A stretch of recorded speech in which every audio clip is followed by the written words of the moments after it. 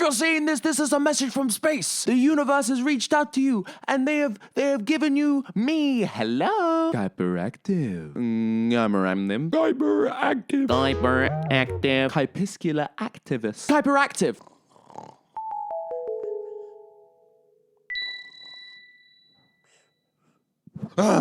Hyperactive. Oh, hi.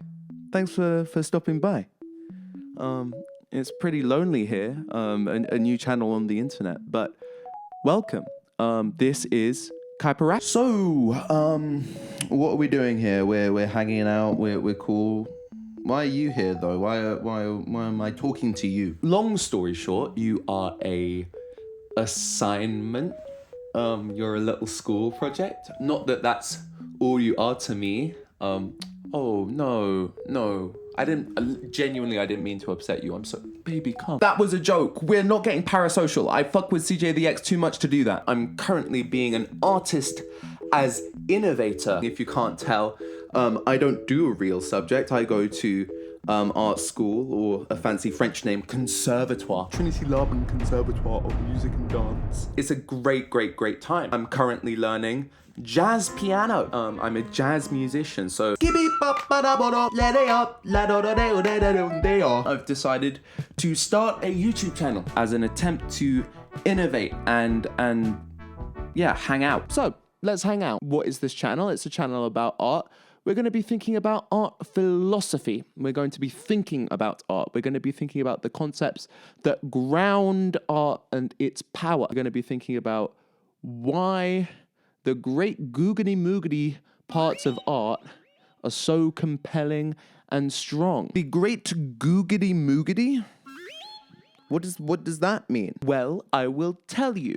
The great googity-moogity parts of art are the more esoteric, philosophical, and fundamental areas of art. In Conservatoire Trinity Laban, we focus a lot around practice, around cultivation of specific physicalized skills in order to deliver compelling performances. And that's great. I'm educated about the history of jazz music, and I'm told about all of these great people who gave great performances throughout all of their lives and their struggles and their innovations. I've got so much from being able to learn an instrument in this sort of way, and it's been so informative to my worldview and has been a great provider in terms of friends and community and having something that I can actually be proud of. But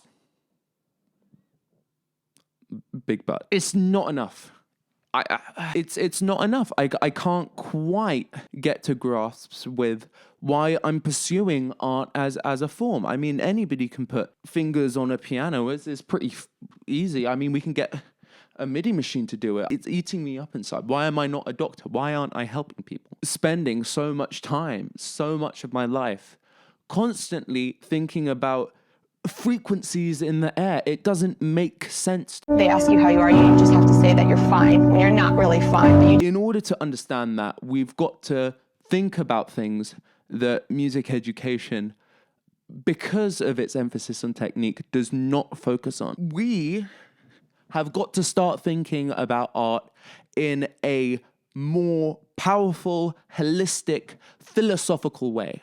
And that is the aim of this channel. So, yes, blah, blah, blah, blah, blah. That is point one. We're basically saying, well, nobody else seems to do it. We love structural analysis. We love technique. We love material analysis. We love improving things by making sure that we can get our hands around them and improve that way. Everybody's learning how to play their instruments. Everybody's learning how to play pieces. Nobody's thinking about the creative act. Nobody's actually thinking about the principles underlying their purpose and their pursuit of aesthetic virtue. You, as a creative within the modern world, are going to have a unique step up above your competition, if you want to think of it that way. You are going to have access to certain mental technology and insight into your process that other people won't have access to because they have not scrutinized their aesthetic principles. Point two, art is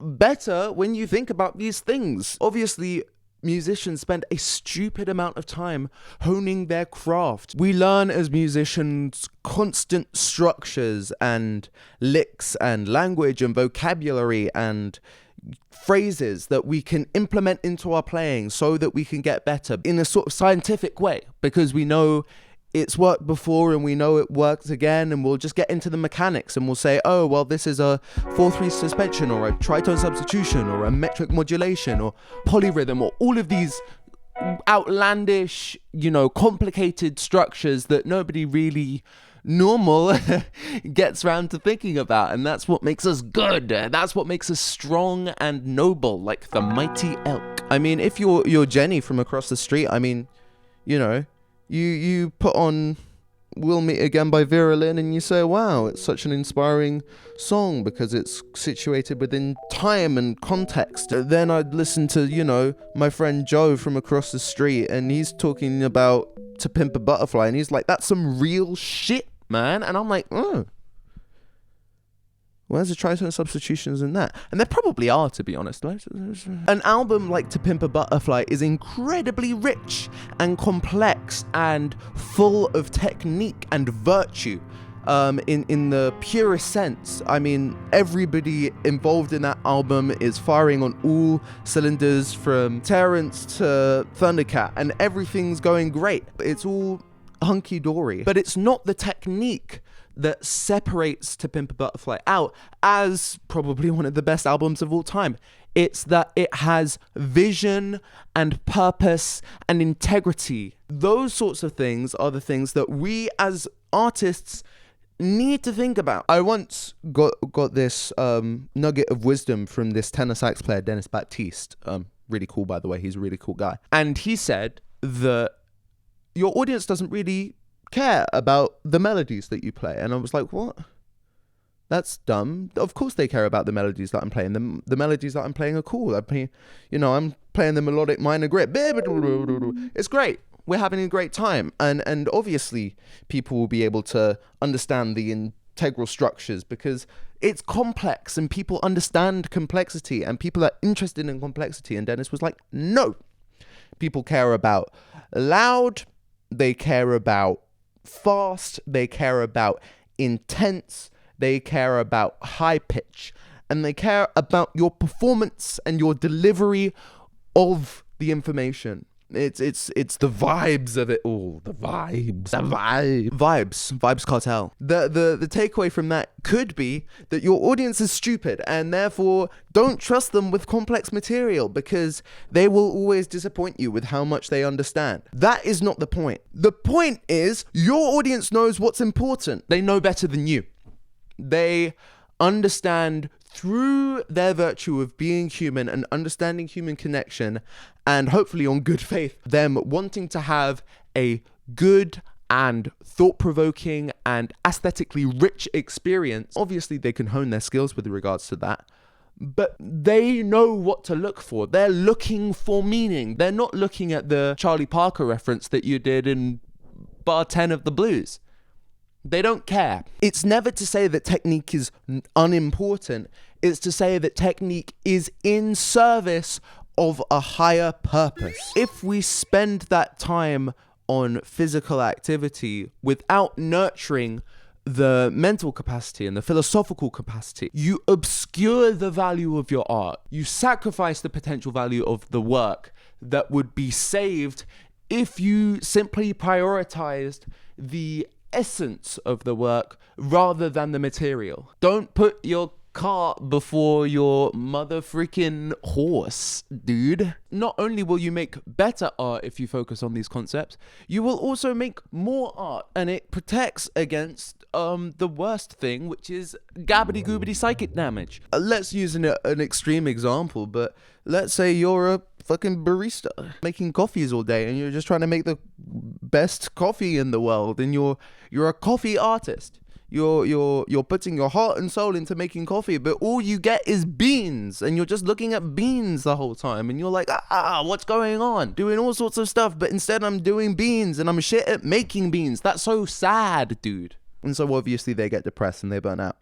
And the same is true with painting, and the same is true with animation, and the same is true with music, brother. If you are tackling an arbitrary goal, you have no feedback apart from public opinion, which is fickle. That is not sustainable. That is not something that you can do over a long period of time. It will get to you. I've seen friends where it has got to them, and it is sucky. It's really bad. If you want to be the very best, like no one ever was, bing bong bang, you've got to recognize that seat is only occupied by one guy, and that guy's name is Ash Ketchum. In which case, everybody else is screwed. You can't occupy that space. And so if you dedicate your life and you conceptualize your self-worth around that singular concept without actually offering any deeper scrutiny to it,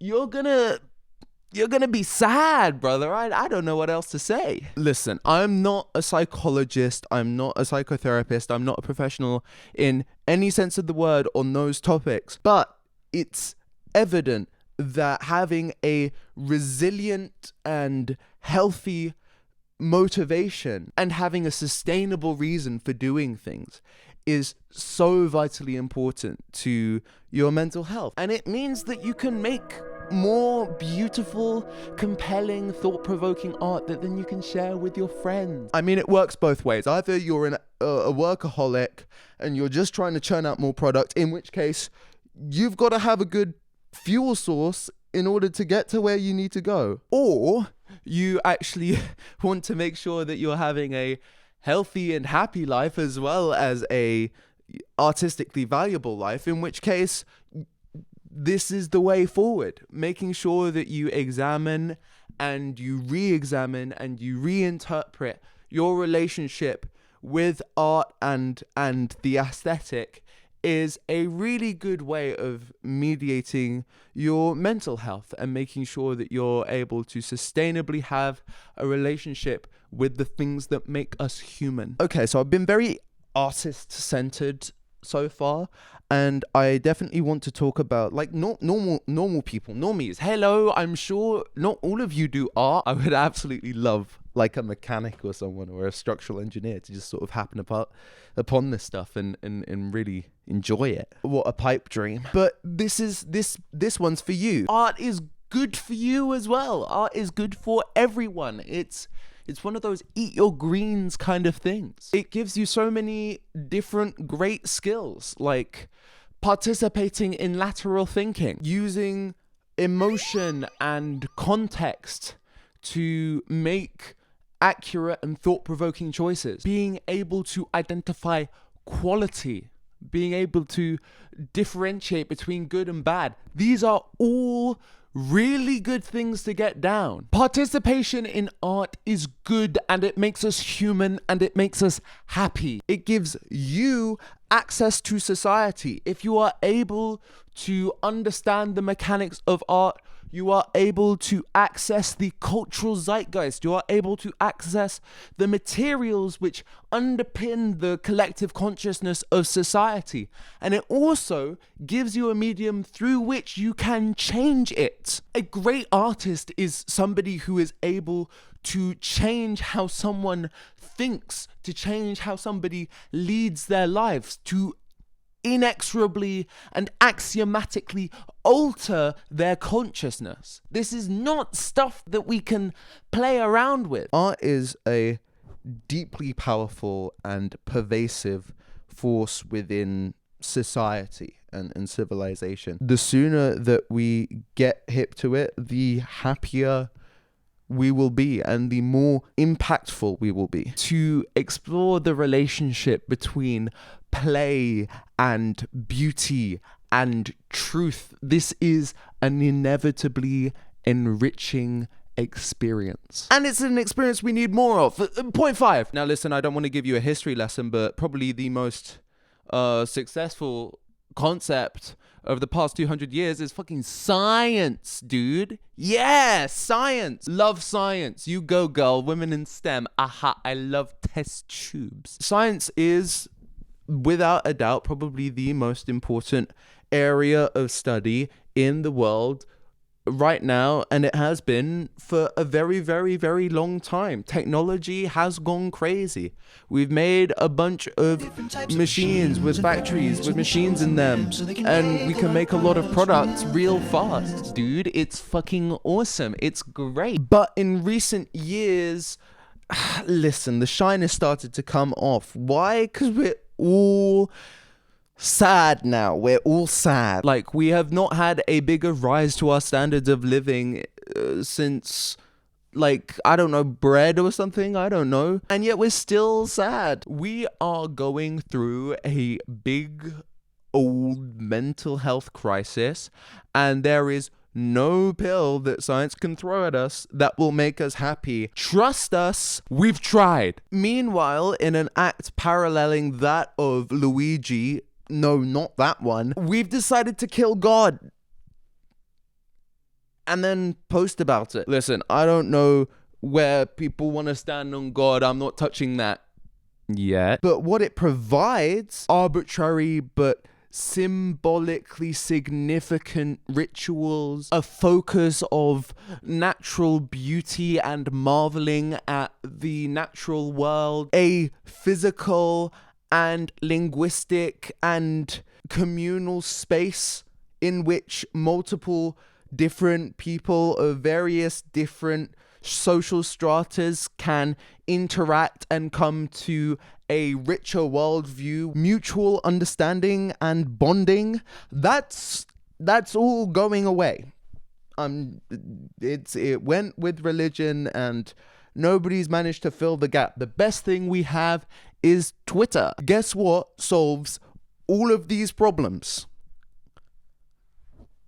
I don't know. It's art. It's obviously art. Art is really good at giving us access to beautiful and rich thought processes. It allows us to establish strong relationships with the people that we do art with. It even allows us to form connections with people that we haven't even met. Art provides us stories and narratives and explanations, and they always situate it within the human experience, within the strange, profound, beautiful thing that we are doing every single day, which is living. If we can gain access to that, if we can properly understand it, then we actually may be able to solve some of these problems. There's a lot of socioeconomic factors in our way, but this is a really, really big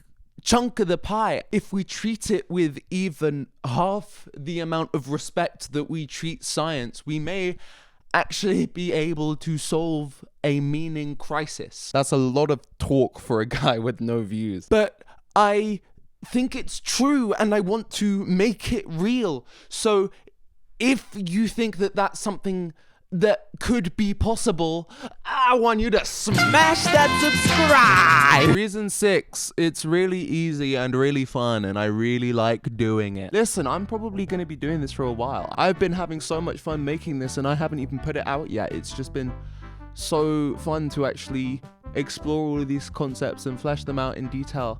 And I can see this going places. I don't know. Obviously, I want subscribers and views and the big old plaque and a kiss from Jeffrey Bezos. But what I actually, would like is to slowly but surely build a community. So what I want is feedback. I need to know that this is actually something that is providing you with insight, something that is actually useful to your everyday practicing. Eventually, I would love to expand this out. I would love to talk with more people. I would love to interview people. I would love to do live streams. I would love to do meetups and talks and break bread with people who are actually trying to move art and move themselves in this relatively new and scary direction. But yeah, that's very far in the future and all very abstract. But for now, I will keep on making my silly little videos on the internet. I hope you like them, and yeah, I hope that you've just randomly come across this and it's had 0 views and you've still managed to find it useful. If you're one of the first people to watch this, then genuinely thank you, and I hope to see you in the next episode. Take care. Hyperactive.